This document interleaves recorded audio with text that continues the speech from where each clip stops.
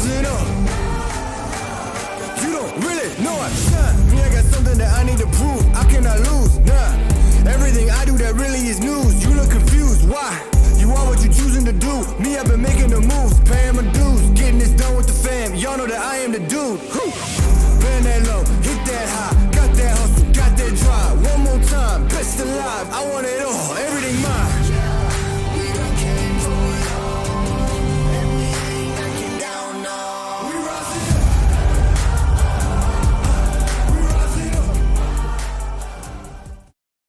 All right, man, welcome back to the Football Forecast. If your running backs look anything like mine, I'm sorry. I'm getting no points from that position. In damn near all of my leagues, I've got like one stud, and the rest of these dudes are just not, they're just not showing up. I mean, where's Zamir White? Still, I mean, he's the biggest fucking letdown. If you had CMC or Pacheco, okay, sorry. I mean, that's bad luck. I mean, it is what it is. But there's a lot of these dudes that are healthy that just ain't fucking doing it. Even guys that are filling in that usually ball out. Chuba Hubbard, until last week with Andy Dalton, he didn't look near what he's been. Jerome Ford doesn't look near what he's been. Rashad White, I mean, he's slowly losing the job to Bucky Irving. I kind of called it a little bit, but still. I didn't think it would happen this damn fast. And I would rather it just shift. I've got both of them, but I don't like playing I can't play a guy that's going to be splitting half right down the middle. That's the same thing that's screwing me with Zamir White. For whatever reason, Alexander Mattison, when he was behind Dalvin Cook in Minnesota, and now we're seeing it again, when he's the second guy, it's like he's a totally different running back. But when he's the guy, nothing. When he was the guy in Minnesota, he didn't give you shit. But when he was sitting behind Dalvin Cook, he was doing so damn good, he fucked the Dalvin Cook owners out of carries. And now he's doing the same thing to Zamir White. I wish this dude would just make his fucking mind up. Ball all the time or don't. But anyways, if you've got a lot of shit going on in the running back position, whether your guy got hurt or they're just not performing the way that you expected them to, here's some guys that you can look at this week as like a short-term option. Why? You are what you choosing to do. Me, I've been making the moves, paying my dues, getting this done with the fam. Y'all know that I am the dude. Number one is Justice Hill in Baltimore. He's available in 89% of fantasy league. This was one of the more surprising running backs that's available to this degree. I mean, 89% for Justice Hill. He's their go-to third down back. He's literally splitting 50% of the snaps. Literally 50-50. You can go look it up right now. 50-50 with Derrick fucking Henry. The Derrick Henry. Justice Hill is. So, he's their third down back.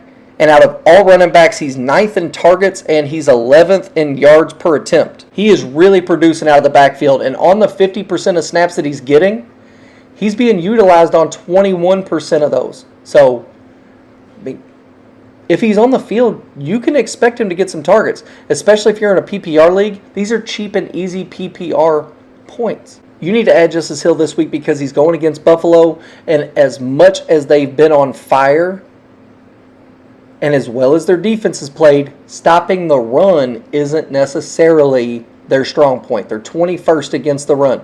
They're allowing running backs on average to score one more point than their typical usual performance. So I cannot believe that he's only owned by 11% of fantasy owners. That's insane.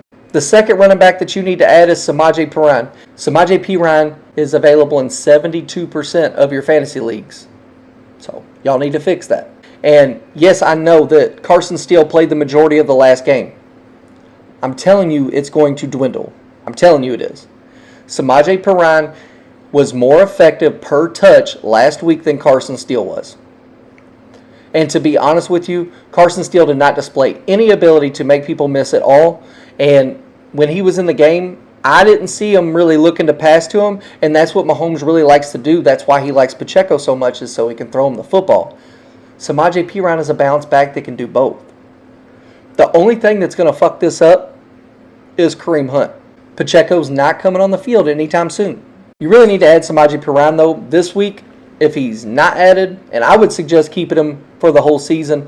But if you need a running back this week, they're going against the LA Chargers. Now, whenever I think about the LA Chargers, I think about Harbaugh. When I think about Harbaugh, I think about stout defense, especially against the run. He just doesn't have the tools yet. He hasn't been there long enough. This team is not really built to stop the run. And right now, they're 23rd against the run. They're giving up 1.5 more to the running backs than their average. Still, 3 weeks in, small sample size, but you can pretty much expect Kansas City to be able to run the football against this defense that just isn't quite strong enough yet up front. They're not up to par for a Harbaugh defense, that's for sure. The number 3 running back that you need to add this week is Miles Sanders. Miles Sanders is available in 92% of your leagues. But once again, just like Andy Dalton, Miles Sanders is going against the Cincinnati team.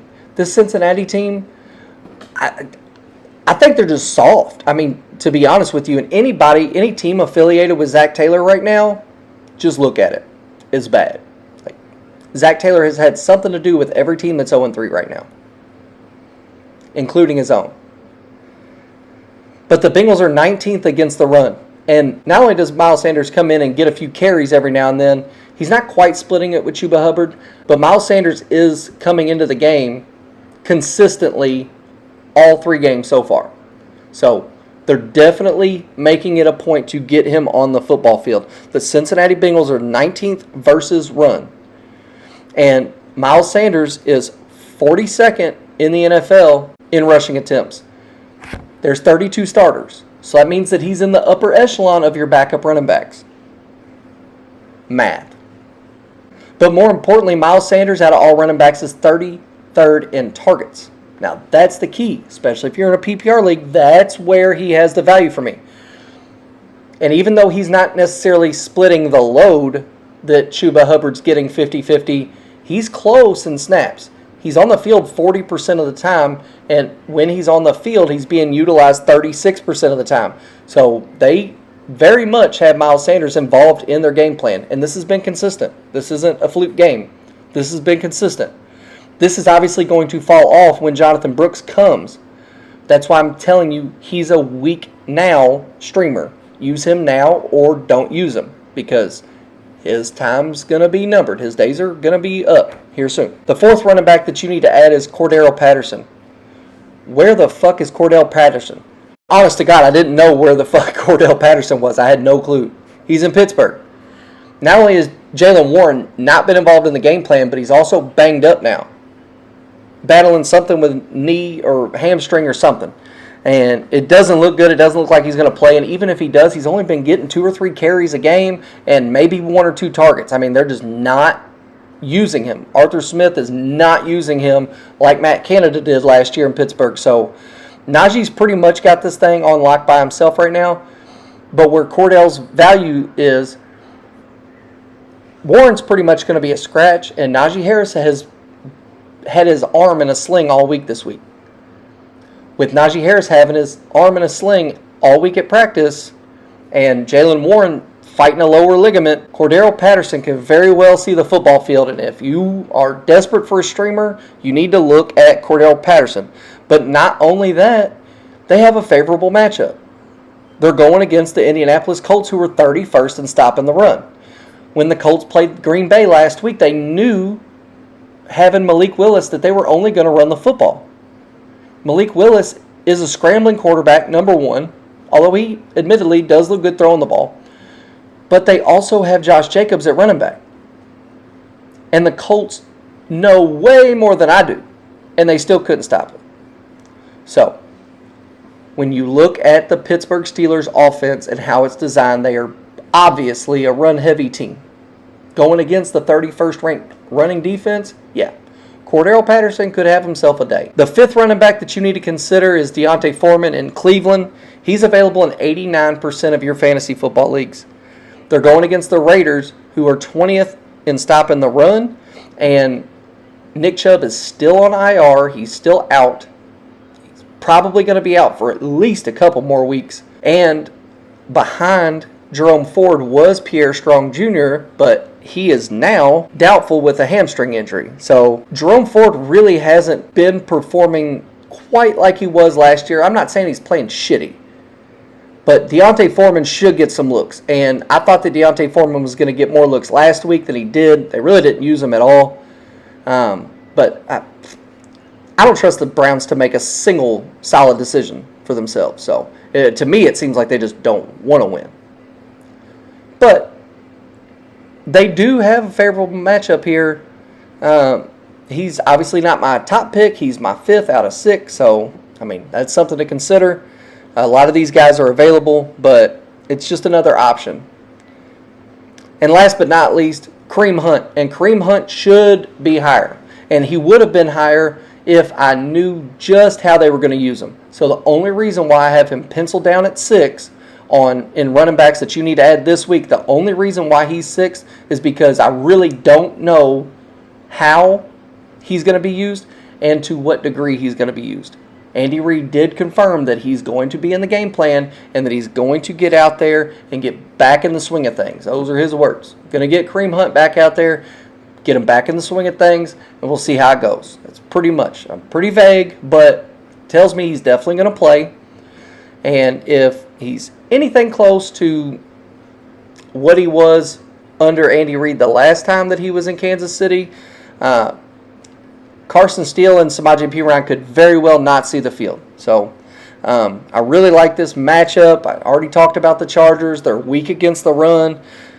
So he's already been signed and elevated from the practice squad. Kareem Hunt is a go. Even though I had him ranked 6th on here, I'm more of a risk taker. He was the first running back that I added. So hopefully he makes us look like a genius.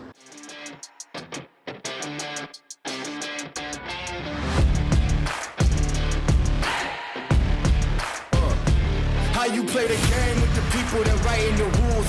Ain't the fame that I'm after when paying the dues. I've been through the pain that's reflected in the attitude. Might be winning now, but the thing is that I had to lose. So go and tell me what you really want to do. And lonely at the top, cause there ain't a lot of room. Ain't no other option, that's all I ever knew. So I'ma get it poppin', you know how I'ma do. I've been down through the blood and the sweat. Guarantee you can know I'm a threat. I've been down through the blood.